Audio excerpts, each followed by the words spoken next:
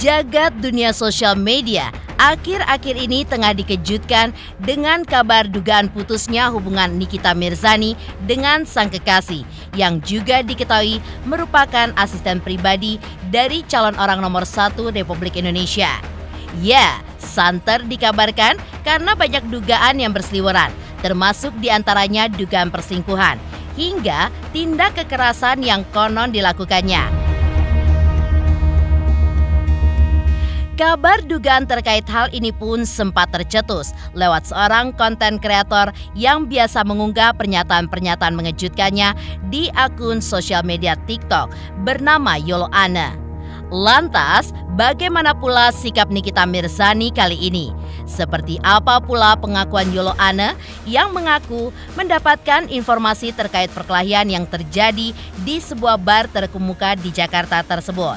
Seperti apa pula tanggapan Tessa Mariska yang ternyata mengaku dekat dengan sosok mantan kekasih Nikita Mirzani tersebut?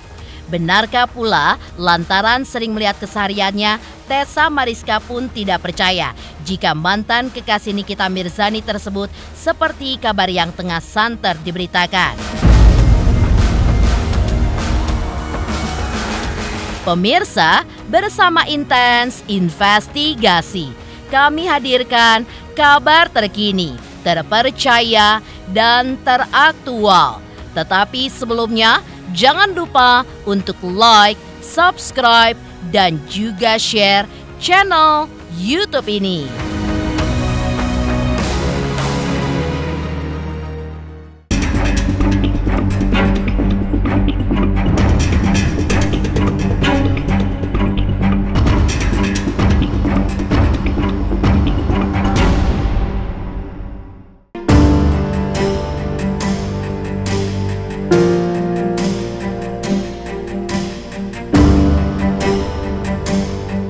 Tentu masih segar dalam ingatan bagaimana berbunga-bunganya hati seorang Nikita Mirzani yang mengaku beruntung dipertemukan dengan seorang pria yang waktu itu menjadi kekasihnya dan seolah sedang mewarnai harinya yang sedang kelabu saat hari jadinya yang ke-38 tahun saat itu.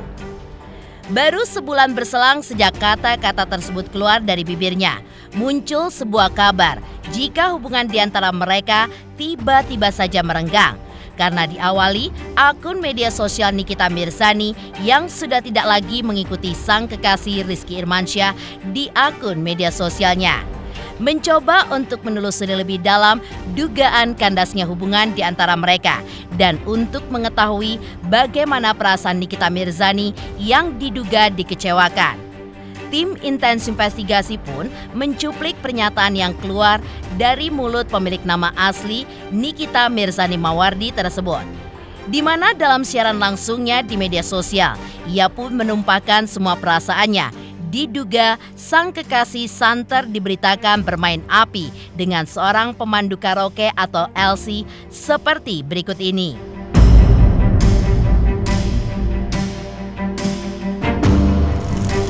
Alhamdulillah baik. Ini gimana sih, banyak komentar yang bilang kalau kakak tuh cocok, lebih maksudnya kayak karena mungkin sama pasangan yang sekarang jadi kebawa akun itu lebih kebawa banget gitu. Sebelum sama pasangan yang sekarang kan memang sudah begini gitu. Jadi jangan disangkut pautkan dengan pasangan gitu. Kan 2022 aku ketemu pasangan 2023. Jadi jauh sekali gitu. Aku tuh kalau belum yakin untuk ke jenjang serius nggak terlalu dikenalin ke anak sih. Tapi yang ini dikenalin dan alhamdulillah baik. Keluarganya juga baik, lengkap sekali. Apanya mengarah kemana? Nggak tahu, berjalan seperti air aja, nggak usah ditargetin. Kalau kita nargetin sesuatu tiba-tiba nggak jadi kan sedihnya bertahun-tahun kan. Jadi let it flow aja lah, berjalan aja.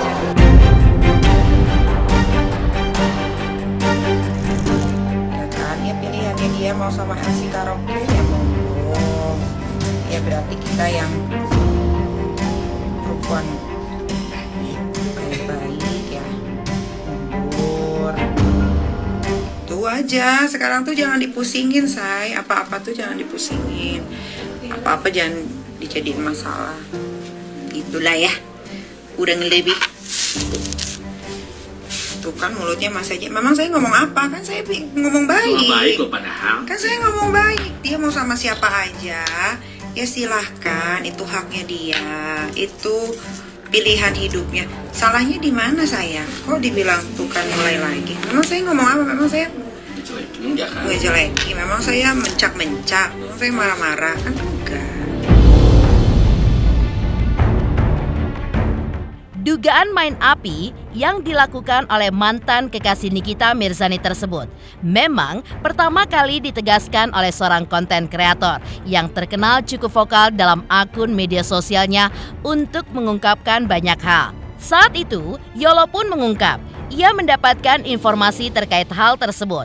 Dan lebih parahnya lagi, diduga mengetahui tindakan tidak wajar yang konon dilakukan pria yang juga diketahui merupakan seorang asisten pribadi dari calon orang nomor 1 di Republik ini.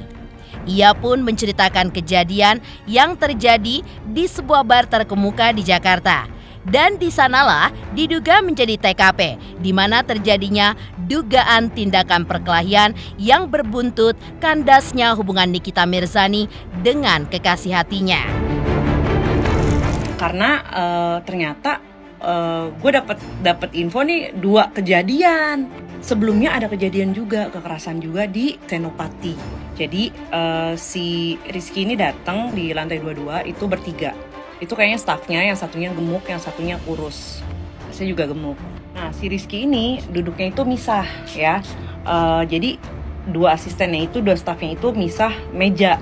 Si Rizky ini sama temannya si Niki yang namanya Zack. Atau kalau temen gue nyebutnya Pak Faraj. Si Rizky ini emang mau ketemu sama sahabatnya si Niki ini gitu loh. Ya namanya Pak Faraj itu. Kita ngobrol lah tuh ya, nggak ngerti ngobrolin apa ya. Temen gue juga kan nggak bisa baca bibir. Nah, nggak lama, ini jedanya nggak lama ya. Niki datang sama 2 orang. Posisinya, gue nggak ngerti nih si Rizky emang nggak kuat minum atau apa. Dia mesennya gin tonic ya. Tapi dari dia datang pas sampai Niki datang itu kan jedanya nggak terlalu lama. Nah, dia udah tipsi. Si Rizky itu duduk di sofa panjang. Si Niki itu duduk di sofa yang single. Di depan mereka tuh ada kayak meja ya, meja bundar gitu. Jadi kalau dari segi tata letak furniture-nya aja itu kayaknya kalau dari tempatnya Niki itu nggak mungkin untuk mukul si Rizky karena itu meja gede banget cong. At least lu masih manjat. Gak lama Niki duduk, dia lempar lah tuh gelas sama Rizky. Pas lempar gelas itu Niki masih kayak yang belum ngelawan, cuma dia udah tegakin badan. Nah, Bapak Rizky yang terhormat itu langsunglah mengeluarkan kata-kata mutiara. Di situ pecah. Ngelawan lah nih si Nikita. Tapi selain dipisahkan oleh meja gitu ya, terus dipisahin tuh kan sama temennya si Niki yang namanya Pak Faraj itu. Pokoknya ngata-ngata ini luar biasa lah. Nah, memang diakui si Niki ini ada ngelawan, tapi sekedar mulut. Terus ada yang jatuh, tapi nggak ngerti nih dilempar atau gimana gitu loh dari pihak Nikinya. Tapi sepenglihatan staff di situ, Niki itu dalam posisi dipegangin. Gue mau kalau jadi Niki tinggal, bang, nggak inget malam itu. FYI, itu banyak juga pengunjung lain ya. Terus saksinya itu yang dari staffnya ya, itu ada waitress sama floor manager. Terus udah kan dia tuh turun. Nah, di bawah ada kejadian lagi coy. Itu yang nyaksin pas security. Staffnya Rizky yang badannya kayak saya, itu dan itu disaksikan sama 4 security. Dan kenceng. Definisi kenceng gimana sih? Dari situ udah masuk mobil. Bye, nggak ngerti lagi gue apa kejadiannya. Ini gue nggak tahu kalau soal hubungan Niki sama Rizky ya, cuma ini fakta di TKP-nya seperti itu coy. Jadi untuk pemukulan dari Niki ke si Rizky-nya nggak ada. Tapi kalau untuk kayak ngelawan secara kata-kata itu ada. Itu kalau misalnya gue dari situ gue rekam, gue masukin sound. Lu pijak sama gue lu panggil anjing-anjing lu, coba gue mau lihat.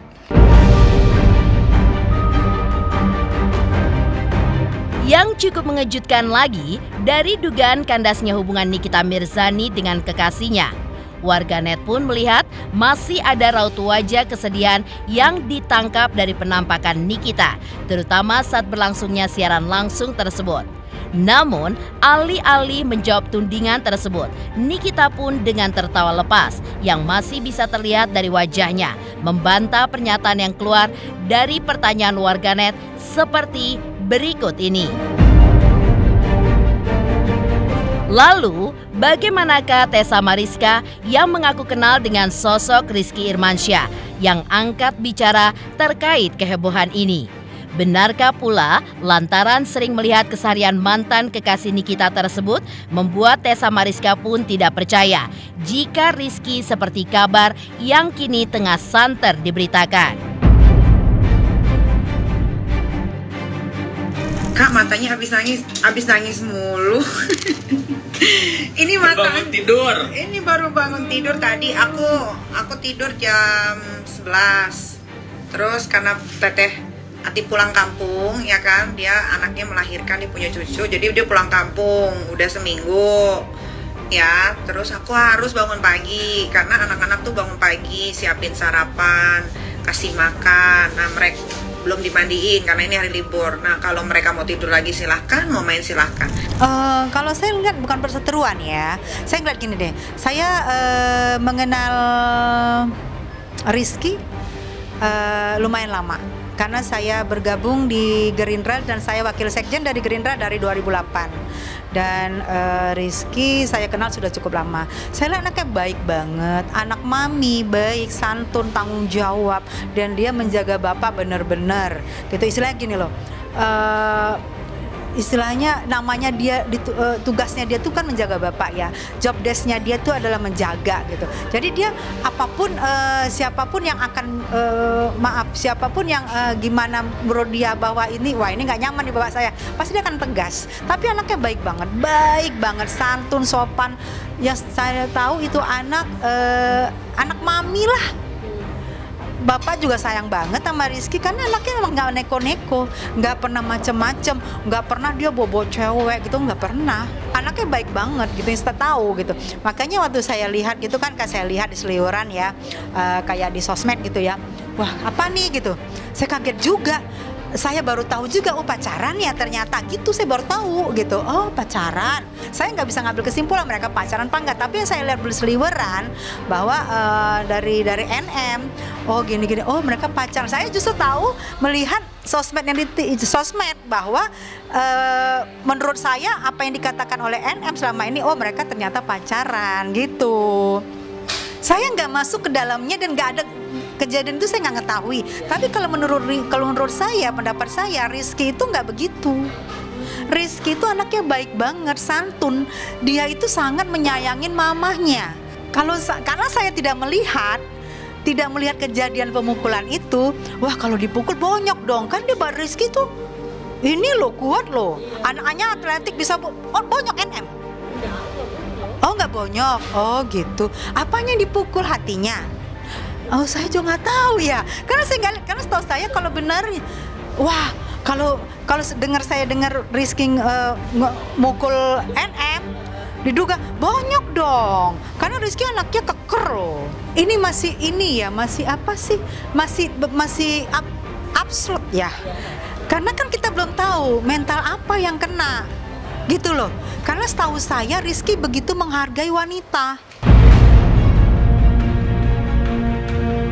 Sementara itu, jika membicarakan Nikita Mirzani, permasalahan pun seolah tidak pernah sepi menguji seluruh ketahanan mentalnya. Tengah dipuji karena perubahan sikapnya yang begitu signifikan, hingga Nikita pun mengungkapkan telah meninggalkan kebiasaan lamanya yang selalu mengundang kontroversi. Seperti diketahui, permasalahannya dengan sang buah hati Laura Mezzani atau yang akrab disapa Loli pun juga belum selesai. Seperti apa Nikita Mirzani ketika mengkonfirmasi permasalahannya dengan Loli hingga pernyataan maafnya yang dilakukannya baru-baru ini. Seperti apa pula dugaan sindiran Nikita yang diduga dilayangkannya untuk Loli. Benarkah masih tersimpan luka yang sangat dalam? Dugaan Loli yang menghentikan pendidikannya secara sepihak di London, Inggris, sehingga membuat Nikita diduga menyenggol Loli dengan pernyataannya dalam siaran langsungnya seperti berikut ini. Lintang kemana itu? Lintang kuliah di Jerman. Udah berangkat dia ya? Udah berangkat dia. Ke Jerman dia kuliah. Aku tuh suka kalau sama orang-orang yang punya semangat untuk belajar gitu. Kemanapun pasti akan kubiayai. Jerman kayak antariksa sekalipun, planet Pluto, planet Mars, kalau ada pesawatnya boleh pergi kalau mau belajar. Di balik dugaan kandasnya hubungan Nikita dengan sang kekasih, sebelumnya muncul nama Tengku Sanzabella yang seolah ingin ikut ambil bagian dalam permasalahan ini. Lantas, bagaimanakah ia mengomentari kandasnya hubungan Nikita? Benarkah ia pun tidak percaya akan dugaan kekerasan yang diduga dilakukan oleh kekasih Nikita Mirzani tersebut?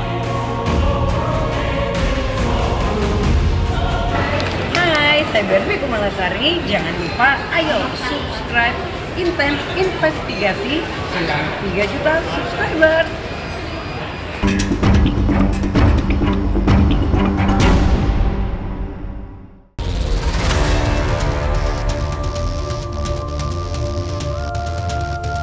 Dugaan kandasnya hubungan Nikita Mirzani dengan sang kekasih, hubungan di antara keduanya yang baru seumur jagung, memang banyak mengundang komentar dari banyak pihak, termasuk diantaranya selebgram Tengku Sanzabella. Selebgram yang juga dikenal ikut berkomentar saat heboh permasalahan Nikita dengan kekasih anaknya Fada Bajideh, menilai dugaan mantan kekasih Nikita yaitu RI yang diduga melakukan kekerasan itu adalah cerita bohong. Ia pun beranggapan jika merujuk pada rekam jejak Nikita Mirzani selama ini, beberapa kali hubungan Nikita dengan beberapa orang terdekatnya pun selalu berakhir drama seperti ini.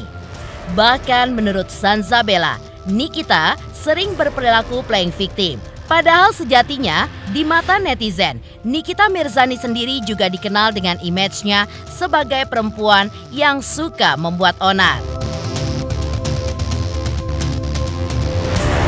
Kalau saya seperti yang udah saya katakan, saya nggak percaya. Karena untuk orang yang sekelas beliau berpendidikan, apalagi circle-nya itu circle yang bukan orang sembarangan, itu kayaknya nggak mungkin. Jadi kalau Nikita Mirzani ini kan emang terkenal dengan playing victim. Kalau saya menanggapinya seperti itu. Bohong. Karena gini, kekerasan, misalnya nih kita sendiri yang berpikir kalau kita yang tertekan, itu belum tentu bisa dibilang itu kekerasan. Karena kan perasaan kita sendiri kadang-kadang juga misalnya nih orang lain ngomong apa kita yang tersinggung, itu kan belum tentu kekerasan gitu loh. Bukan tantrum. Saya tidak akan tantrum, saya tidak akan kumat. 2 tahun saya sudah bertahan dengan Nikita Mirzani yang sekarang. Tidak akan saya rusak dengan apapun. Ya, jadi kalian harus ngerti itu. Kalau yang nggak ngerti bahasa Inggris, saya juga orangnya nggak terlalu ngerti dengan bahasa Inggris sih. Masih belajar gitu. Makanya saya bikin caption itu 3 hari baru jadi. Sementara itu, wanita yang juga mengaku istri perwira polisi itu pun juga menambahkan, sangat wajar jika Nikita Mirzani mendapatkan tindakan yang dinilai dirinya sebagai aksi kekerasan. Karena bisa saja apa yang dilakukan oleh mantan kekasihnya itu bertujuan untuk mendidik Nikita yang notabene selama ini dinilainya selalu melakukan hal tidak terduga.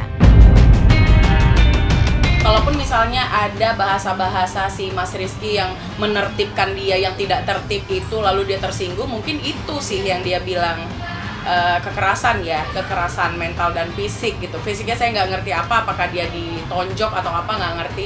Tapi menurut saya kalaupun misalnya ada didikan daripada Mas Rizky ini, menurut saya sih wajar karena Nikita Mirzani ini adalah orang yang memang harus dididik. Dalam hal apa ya, kalau kita lihat secara normal, saya nih ya, dalam pandangan saya sebagai seorang wanita, sebagai seorang ibu gitu, tingkah-tingkah lakunya tuh aneh-aneh gitu loh. Jadi wajar kalau dididik gitu, apalagi ketika dia ingin dipersunting ya dengan orang sekelas si Mas Rizky gitu loh, yang beliau adalah sekpri daripada PS ya, presiden yang tinggal tunggu dilantik kan gitu. Kayaknya ya memang harus ditertibkan dan dididik gitu loh. Jadi wajar menurut saya, dan dia ini memang orang yang belum matang untuk dipersunting dengan orang yang seperti Mas Rizky gitu. Banyak sekali di luar sana yang lebih memilih bertahan dengan hubungan yang merusak mental gitu loh. Ya, jadi kalian harus pahami caption saya. Jangan dikit-dikit bilang, wah mulai nih tantrum nih, wah mulai nih buka-buka aib. Justru saya menulis itu supaya para perempuan di luar sana yang bertahan karena satu hubungan yang tidak sehat, yang merusak mental kita dan juga merusak fisik kita, ya harus berani menyudahi gitu.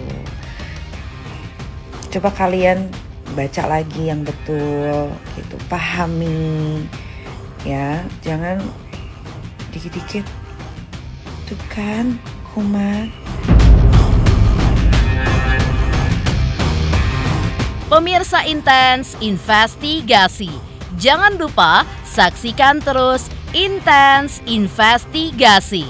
Dan pastikan jangan lupa untuk like, subscribe, share, dan juga komen jelang 3 juta subscribers channel Intens Investigasi.